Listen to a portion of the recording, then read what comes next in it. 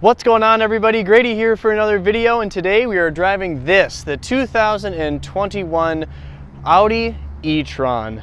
This will be my third electric vehicle for the channel to review for you guys today, so I'm extremely excited to get this vehicle out on the road and go for a drive. So why let's do a quick little walk around of the e-tron, then we'll hit the road. Let's get started. The e-tron is Audi's fully electric SUV. Up front, you're going to find signature front grille. This particular model, being that it's electric, you can see it is blocked off here for that added efficiency. Coming over to the side here, you're going to find these very, very pretty matrix LED headlights with a gorgeous, gorgeous daytime running light. Coming down here, you're going to find a true brake vent that allows air to be directed around the brakes, as well as increase efficiency, decreasing drag. Finished in this gorgeous blue metallic paint. Coming along to the side here, very cool alloy wheels. I will say, I don't think I've ever seen any wheels that look quite like it. You're also going to find hidden are 6-piston brakes. You can actually see part of that channel right there. Very cool. The e-tron badging. These very lovely mirrors here with turn signal indicators. And as you can see as well, judging by the side profile, this is a sportback model, which I think looks very, very attractive. The e-tron is powered by a 95 kilowatt hour battery, pushing out 355 horsepower and 414 foot-pounds of torque, with an overboost function that we'll be talking more about later. Coming along to the back here, you're going to find very, very attractive taillights with that full LED strip going across the back. Love that look. As you can see, it being fully electric, you have no exhaust, of course, which they allow for very, very smooth bottom that allows it to increase that efficiency once again. And I keep mentioning efficiency, so you might ask, what's the range? It's EPA tested 230 miles.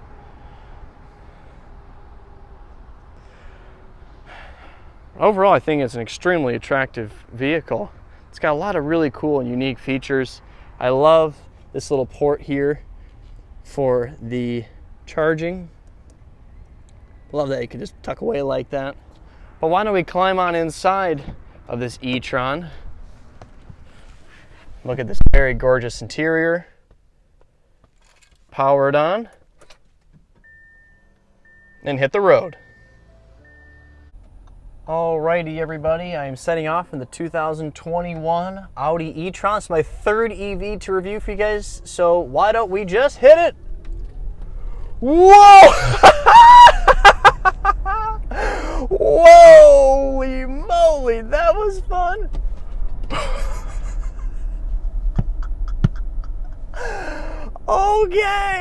Okay, so what are we dealing with? So as I mentioned, this is Audi's fully electric SUV powered by a 95 kilowatt hour battery. It is all-wheel drive, of course.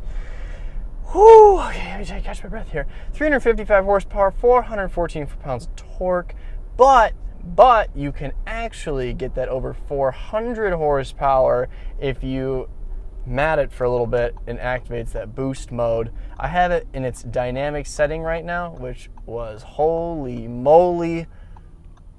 That was really fun. All right, so comparing this, I can compare this a couple of different ways. Of course, you have your luxury SUVs, which this is, that you can look at it as a fully electric vehicle, which clearly this is, or you can actually look at it as a bit of a performance car, which this also is, in a way.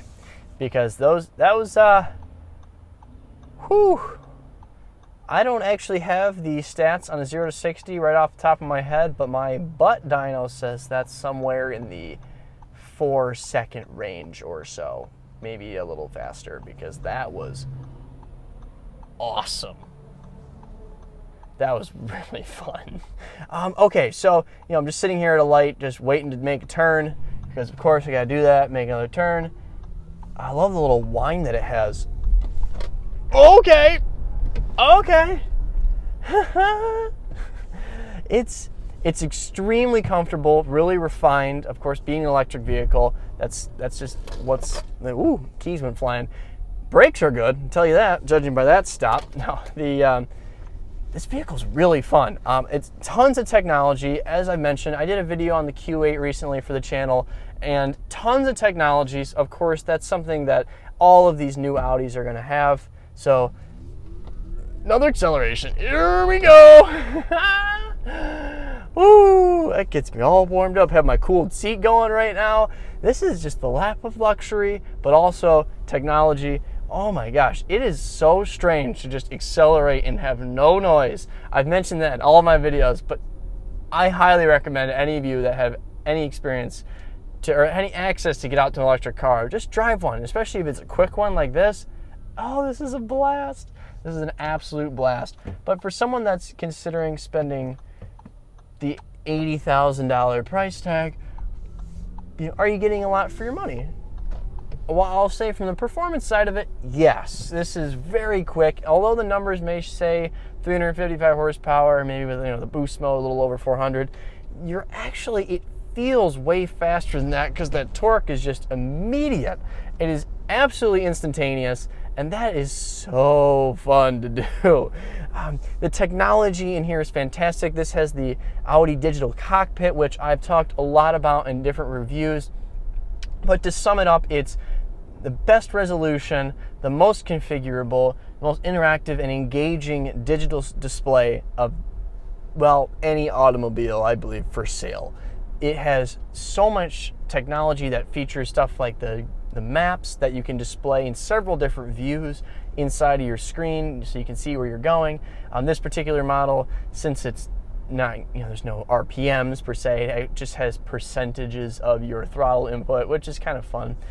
Your speedos, readouts for your automatic lights, you have temperature, you have reading, it's able to read road signs, it has your media, your range, there are pages and pages and pages of information just go on and on and on and on and on. And I love that. I think that's really cool. And it still looks really sleek and very sophisticated, even for something like an Audi. Other cool kind of touches on the inside. I love this shifter. It's a strange shape. It's sort of just a leather platform with a piece of metal that juts out that you just squeeze and pull down or push forward and press park, whatever that may be. So it's very strange when you first look at it, but once you start using it, it's actually pretty straightforward and honestly a really nice piece of. Whoa! That is. I don't even know what to say. It's so weird. It's so much torque, and it doesn't matter. It doesn't matter what you're doing, where you're at. It just punches and goes. Steering feel is really good. I know it's kind of bobbing me between the lanes here because it has the adaptive cruise and lane keeping, but the steering feel actually is really good, and I have this all in its most dynamic modes, so because I want to get a good idea of what this car feels like to drive. It's very engaged. It's actually very engaging. There's no hesitation for the throttle. The brakes feel really good. They're huge. So, and this is not a small car at the end of the day. With the battery packs and the all-wheel drive system, of course, the incredible interior with this very lovely, I love this beige cream interior with the blue outside. I think it's just very sharp and very nice, especially on a nice sunny day like it is today in northern Michigan. It's nice to have something that's a little warmer. Visibility out the back is actually pretty good. It's kind of slim given this is the Sportback model, but it's quite wide, so your field of view is pretty easy. Visibility looking around is really good as well. Big, huge mirrors, which of course, everything, it all adds to the visibility. SUVs, you guys all know, if you found this car and you know SUVs, they have tons of visibility, so that's really nice. Up top, you have a really big panoramic sunroof, but since it's so hot today and I had to turn the air down just for audio purposes, I don't really want to have myself sweating too much here.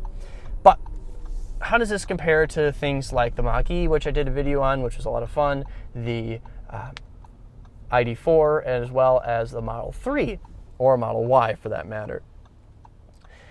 It doesn't feel as aggressive and sporty as the Mustang, interestingly enough. When I was driving the Mustang, one thing I noticed personally was that the vehicle sort of bobbed back and forth. The Mach-E was just kind of, it would get a little shaky on the highway, even in its most comfortable settings. And it was a base model, it wasn't even really a GT. Maybe if it had the Magna-Ride suspension, that it could have actually been a little bit more comfortable, but it still felt sort of choppy. And, I mean, which made it for great handling. But when you're cruising straight on the road, you know, especially at highway speeds, I was not very impressed by the road quality and by how it handled the road. But this, though, whoa! And there's no sound. It's so weird. So it has pedals. Not entirely sure what they do, but I know what the right pedal does. It makes it go forward. No, but in terms of its ride quality, much better to drive than the Mach-E. Feels a lot more solid, a lot more hunkered down. Of course, I mean, it is extremely expensive compared to the Mach-E, but I'm just showing you what the electric car market does and what it's showing me. The Mustang seemed to be a little more on the aggressive side. The Mach-E was more aggressive. The Model Y is sort of in the middle. And of course, the ID4 in the middle. This feels a touch more sporty, not too crazy, but definitely a lot more go than the ID4. I mean, that genuinely spooked me a little bit, how fast it goes. I mean, of course, being an Audi, you have all of the best technology you can find. I mean, adaptive cruise control, adaptive lighting, you can, for me, it's kind of fun with the folding in mirrors, twist little knob, mirrors fold in. So for someone that is washing cars all the time, it's kind of nice to have that. Of course, the greatest technology in the infotainment system. You have the aircon controls that are all run through a screen. You don't have to worry about, there's no more buttons anymore, which, I mean, love or hate, it does look very nice, and they do a good job of keeping it mitigated. But, I'm still sometimes like the buttons from here or there, but we'll see how it goes. Since it is electric, of course, you do have a ton of interior space down by where the center console is. There's a large compartment for all of your goodies, cup holders, everything. It's such a nice place to be. And of course, we have another straightaway. Steering is good. Punch it. Woohoo! Okay. Oh, we got ourselves a nice little Corvette pulling up next to me, and it's a very nice car. Sounds a lot better than this car, but to each their own. Oh man, this thing is too much fun, But overall, I really like this car. This thing feels really good. I actually really like the way it looks. It's relatively toned down. It doesn't look too in your face, which I like about Audi's design. It just kind of takes the best of what they know and really incorporate it into something that is very, very good. The interior, as I mentioned, fantastic. The wood trim, the beautiful screens, the crazy technology.